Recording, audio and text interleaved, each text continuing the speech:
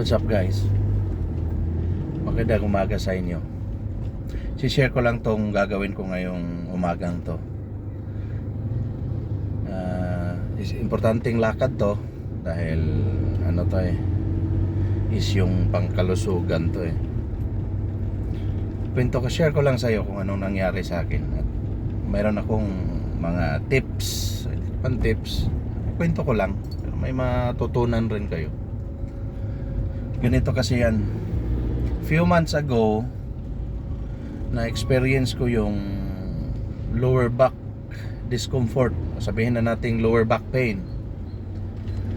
Pero hindi siya yung tipong sakit na para kang sakit ng sinuntok ka, pinalo ka.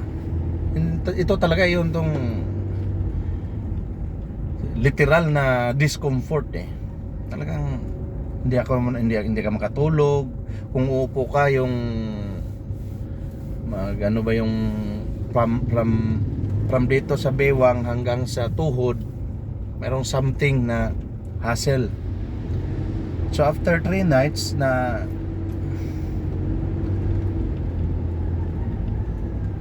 sakit, so kinabukasan nun nagpa-check up na ako.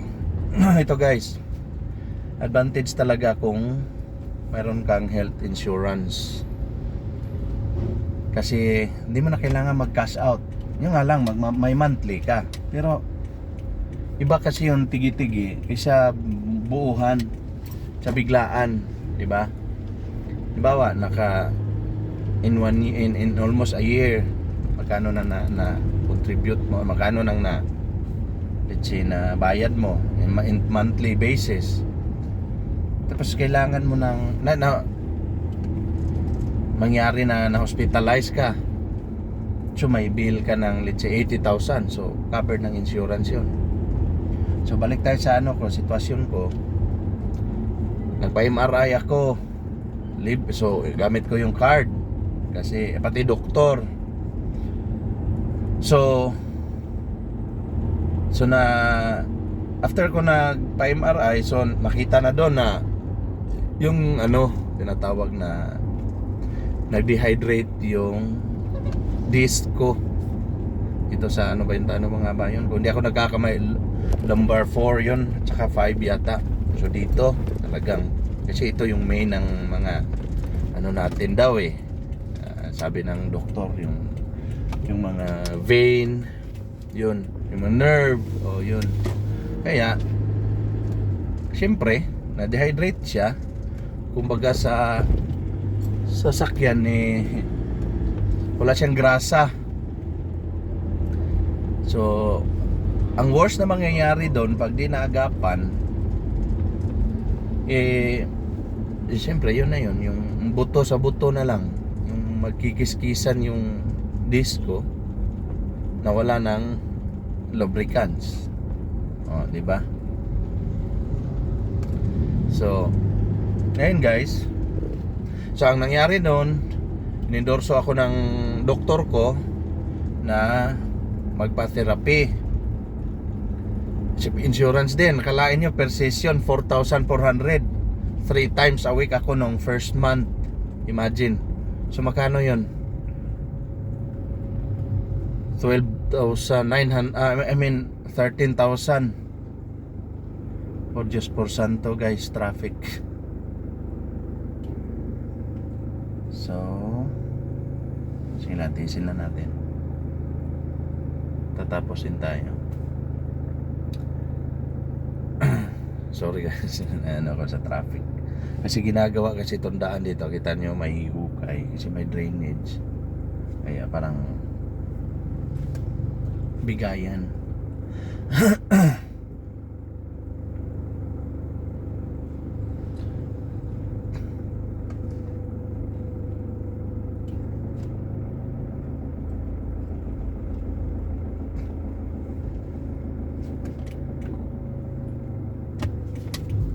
Balik na lang ako guys, mangingibang daan ako. Sinsya na guys. tuloy natin ang kwentuhan natin pagkatapos kong magmaniobra. Okay. Thank you.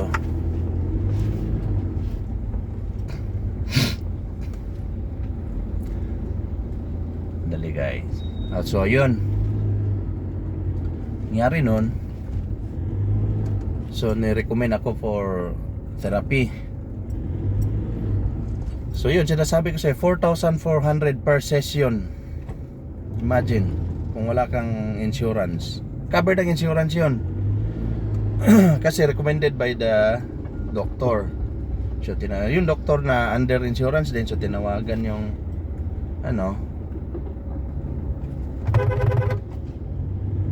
so tinawagan yung insurance company.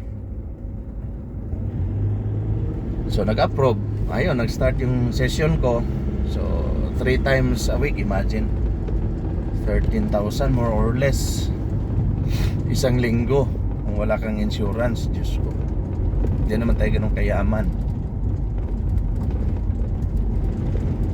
So buti na lang may insurance. So guys, ito na, diretsahan na lang tayo. Sabihin ko na bakit ako pupunta ng clinic ngayon. Nangyari yun, that was July. So na ako, nawala na yung sakit. Kaya ako pumunta na naman last week doon para magpa ultrasound, pa laboratory. Ito yung kasabihan na prevention is better than cure. Since naka-experience ako ng lower back pain, hindi ibig sabihin yun lang yung sakit mo, yung pagka-dehydrate ng disc. So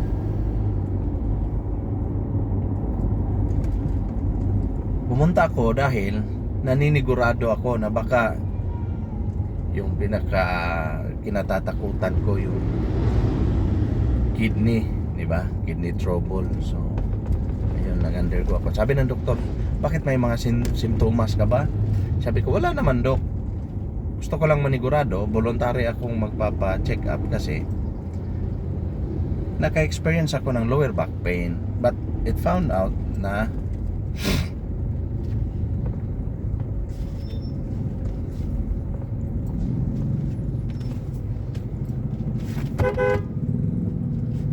dehydrated tong disc ko.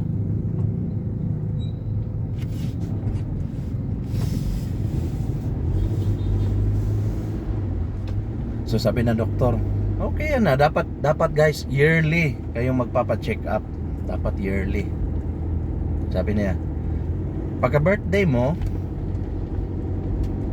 balik pa-check up ka ulit para hindi mo makakalimutan yung petsa.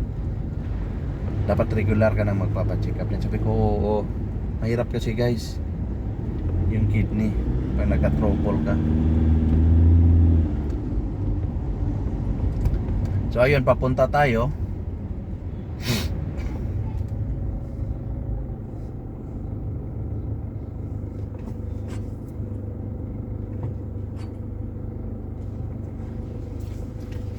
Papunta tayo ngayon kaso traffic doon sa bandang airport. So ginawa ko, bumalik ako, may ibang daan tayo. Traffic pa rin naman.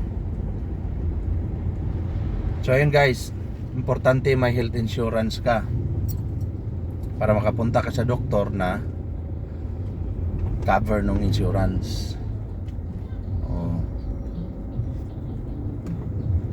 Para medyo hindi biglaan yung paglabas mo ng pera. Kasi pag nagkaganon, syempre pag magtagal ka sa hospital may mga excess. Konti na lang, kaya na yan. At saka itong diet, yun yung yun yung wala talaga akong diet. Wala akong pili sa pagkain. Saka exercise, normal lang naman yung mga advice na yan . So pag naka-experience kayo ng lower back pain, wag na kayong masyadong magbubuhat ng mabibigat, lalo na sa wrong position. Kailangan nasa tamang posisyon kayo pag nagbuhat. So Malayo pa ako sa clinic guys. Bumalik pa ako. Traffic. Ay nako, hindi tayo makakanood ng NBA Finals Game 6 nito.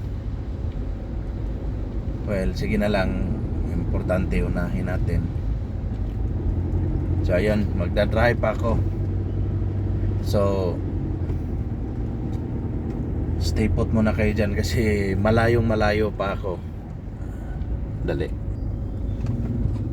Guys, ayos yung pagkakabalik natin kasi walang traffic dito sa ito yung Basak Lapu-Lapu Road, Patalinghog Street, Basak Lapu-Lapu, going to Marigondon sa mga hindi nakakaalam.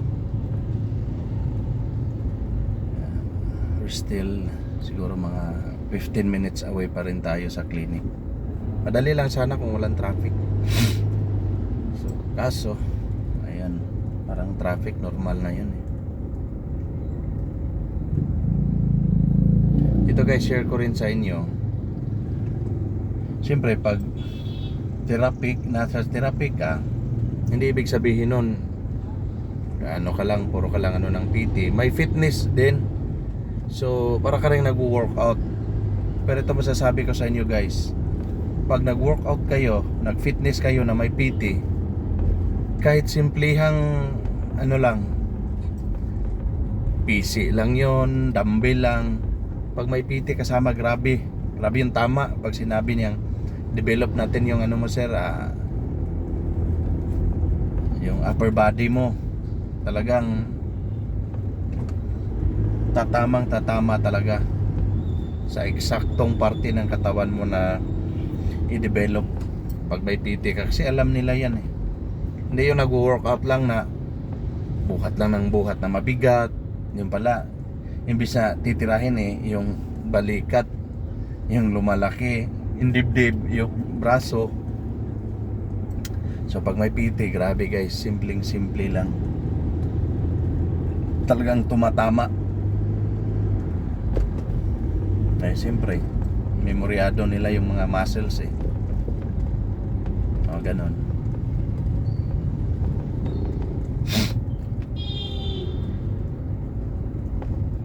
So regarding naman doon sa lower back pain ko guys, sa awa ng Diyos nawala na, pero dapat may proper body positioning eh. Hindi ka pwedeng nakaupo ng matagal, naglakad ng matagal, nakatayo ng matagal, kasi sa edad na rin, dala na rin ng edad. Saka may history ako ng aksidente, ganon, yung na talagang tumama yung lower back ko sa lupa, nagre-race pa ako nung araw. Ayun, kalikutan. Ito resulta. Kaya doon ang punta natin, pa-check up. Actually magpapabasa na lang ako ng result ng doktor, yun lang binalik ko eh. Dahil sana marunong din naman akong magbasa literally. So may nakita naman ako negative. So it's a relief. Tingnan nyo guys, ang luwag dito. Buti na lang bumalik tayo.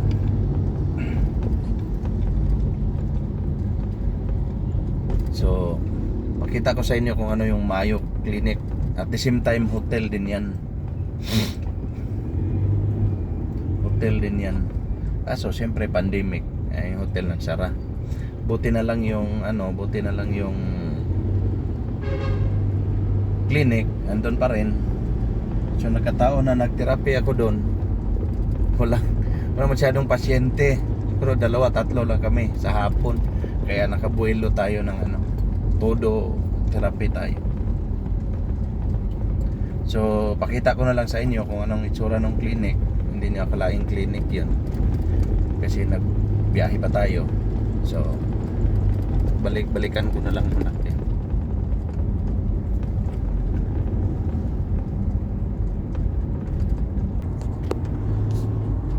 Yun guys, dito tayo sa bridge. Pakita ko, makikita na natin yung hotel clinic na yun eh.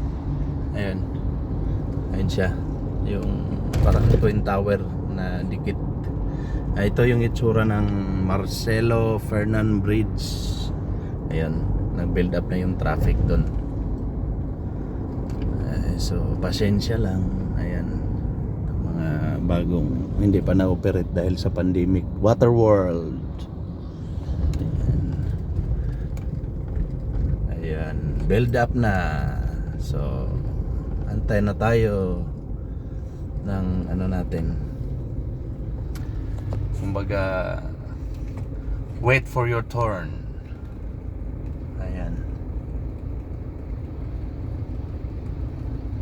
siguro mga ano pa, another 10 minutes guys. Napatagal yung traffic sa bridge. Ayan na talaga siya, oh. Yan na talaga yung clinic, oh. Hotel clinic Maayo. Kaso traffic nga lang, oh. Kasi ginagawa rin dito, talagang traffic dito normally. Pero papunta naman din on the other side, papuntang Lapu-Lapu, hindi yan traffic. Dito lang talaga nabibuild. Ayan, dyan tayo. So drive lang muna tayo kasi lubak. So guys, we're here na at Maayo Clinic Hotel. Ayan na siya. Doon yung entrance niya. Doon. So pasok tayo dito guys. Pasok tayo dyan. Parking. Ayun. Dito.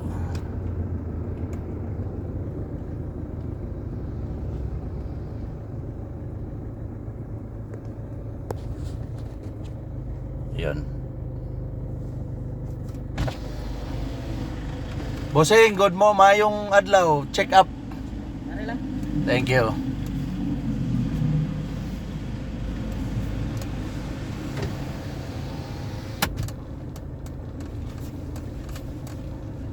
Hanap tayo ng parking. Dito pwede na eh. Pwede na dyan guys. Maniobra muna tayo. Ayun guys, kaka-park lang natin. Prepare lang natin tong mga pangdepensa natin. Tingnan natin kung tama ba. Tama. Yun. Dito. Tsaka syempre face shield. Ayan. So ngayon tingnan natin itong side mirror. Teka. Tsaka yung bag, makalimutan eh. Tsaka ano pa ba? Ayan, wala na. Baba na tayo. Dito na tayo sa appointment natin.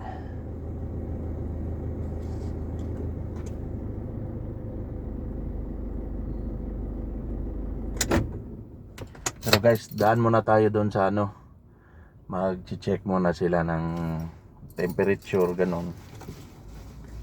Lahat naman ang papasok, check nila.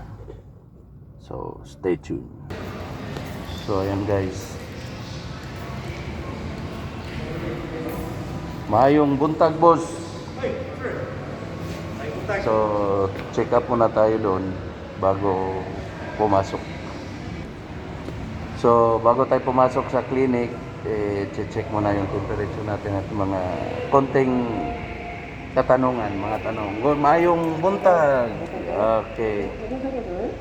Na ko appointments, doktor. Dr. Roa. Okay.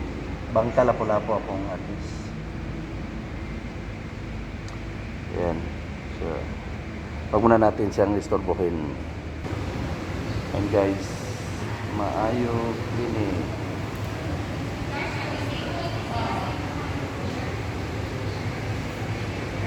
Para lang siyang hotel. Actually clinic sa yan yung pharmacy.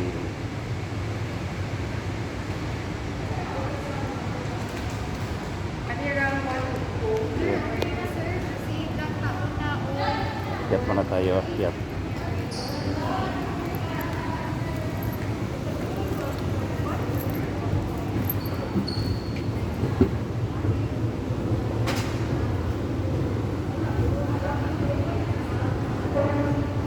And may coffee bean siya. Ayun. Ayan, dito tayo.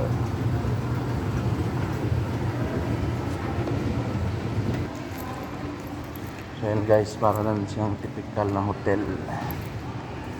Ayun, ayan. Escalator. Ayun.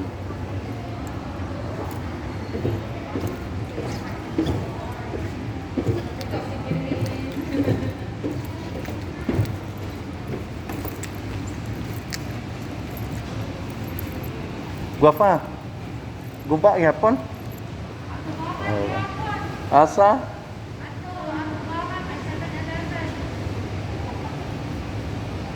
Coffee bean.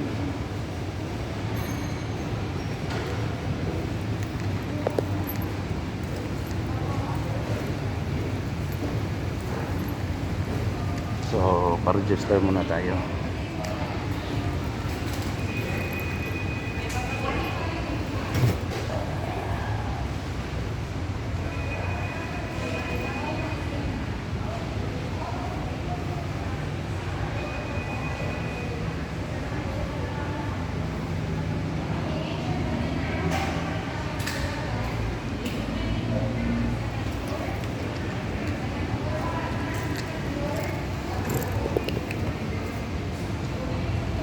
So guys, yun na.